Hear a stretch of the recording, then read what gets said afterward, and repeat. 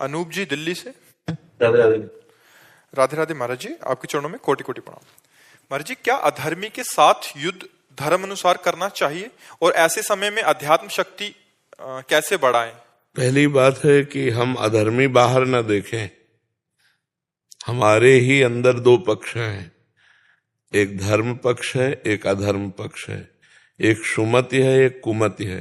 पहले हम अंदर विजय प्राप्त करें, फिर बाहर देख के बताना कि कहाँ अधर्म है। अधर्म की वृत्ति का नाश हमारे हो गया तो केवल भगवान ही भगवान दिखाई देंगे। गीता जी में भगवान कहते हैं, मत्तः परतरम नान्यत किंचिदस्ति धनंजय, किंचन मात्र मेरे सिवा कुछ नहीं है। अब ये त्रिगुणात्मिका माया का खेल ऐसा है कि सबकी मति में भगवान को भुला करके काम क्रोध लोभ मोह मद मत्सर इन लीलाओं का कोई ऐसा हृदय नहीं जिसमें इनका अटैक ना होता हो। हम अपनी दुष्टता को क्षमा कर देते हैं, बड़ी दुष्टता को, और दूसरे की छोटी गलती को वो फिर हम उसे अपराधी मानते हैं। तो इसीलिए अध्यात्म कहता है पहले हम अपना सुधार करें। अगर हमारा सुधार हो गया तो हमारे संग से सैकड़ों का सुधार हो जाएगा। भगवान और भक्त में यही अंतर होता है। भगवान दुष्ट का विनाश करते हैं और भक्त दुष्टता का विनाश करता है। हमें लगता है शराबी की शराब छूट जाए तो अच्छा आदमी हो गया ना, नहीं, दुष्ट की दुष्टता छूट जाए तो साधु हो गया ना। तो हम दुष्ट को युद्ध के द्वारा परास्त करके मार डालें, ये हमारा विषय नहीं है। हम अपने अंदर आध्यात्मिक शक्ति पैदा करके उसकी दुष्टता को मार दें, ये हमारा विषय है। तो हमें चाहिए कि हम अगर अध्यात्म से जुड़ रहे हैं तो हमें बलवान होना है। इतना अध्यात्म से बलवान होना है कि हमारे दर्शन, हमारे संभाषण से उसका जीवन परिवर्तित हो जाए।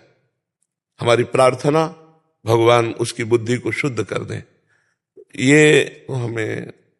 और ऐसे अगर कदम उठाओगे तो कानून आपको अपने अंदर में ले लेगा। आप किसी को अधर्मी मान करके मार दें तो आपको 302 में जेल जाना पड़ेगा ना, आपको सजा हो जाएगी। तो मतलब ठीक नहीं रहा, ठीक नहीं रहा। अध्यात्म कहता है उसकी दुष्टता को मार दो।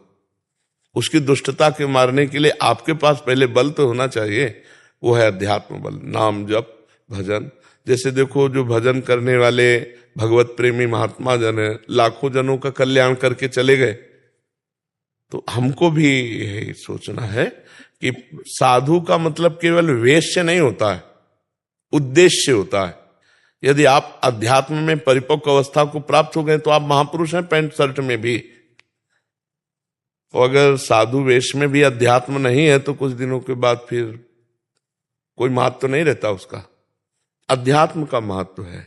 बाहरी वेशभूषा की पूजा थोड़े दिन हो सकती है, लेकिन अगर अध्यात्म और उद्देश्य ठीक नहीं है तो फिर गिर जाएगा, वो पतित हो जाएगा। हमें लगता है, क्यों, आपकी क्या राय है इसमें? महाराज जी, मैं तो कंफ्यूज था, मैंने इसलिए आपसे पूछा। नहीं, आप इसलिए दोनों पार्ट रख दिए कि सामने किसी को अधर्मी देखा हो, आप उस पर प्रहार कर दें तो कानून के आप अपराधी बन गए कि नहीं बन गए? बट महाराज जी, कभी कभार कानून के सामने ही वो जो इतना झूठ बोला जाता है तो उसको कवर करने के लिए अध्यात्म पावर, दो कानून है। एक है हमारा भारतीय संविधान, एक है भागवतिक संविधान। भारतीय संविधान से बच जाएगा तो भागवतिक संविधान उसके ऊपर लागू हो जाएगा, उसको नष्ट कर देगा। जिन्होंने भारतीय संविधान को अपने हाथ में लिया तो भागवतिक संविधान ने मिटिया मेट कर दिया उनका। आप पक्का मान लेना, अधर्मी कभी भी परिपक्व अवस्था को, सुख को नहीं प्राप्त हो सकता, उसका विनाश ही निश्चित है। 4 दिन भले दुर्योधन की तरह छत्र लगा के चले और धर्मात्मा वनवास करे, लेकिन अंततो गत्वा कटेगा वही और छत्र लगेगा धर्मात्मा के ऊपर। तो ऐसा नहीं है कि मतलब एक ही कानून है, एक भागवतिक कानून है जो सर्वज्ञ सर्वात्मा भगवान सबका साक्षी है। वो भी बहुत विचित्र ढंग से दंड देता है, बहुत विचित्र ढंग से। उसका खेल बहुत विचित्र है।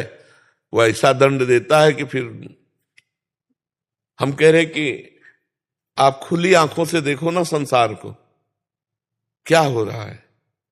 इतने भारी भारी कष्ट भोग रहे हैं तो कर्म के बिना भोग रहे हैं क्या?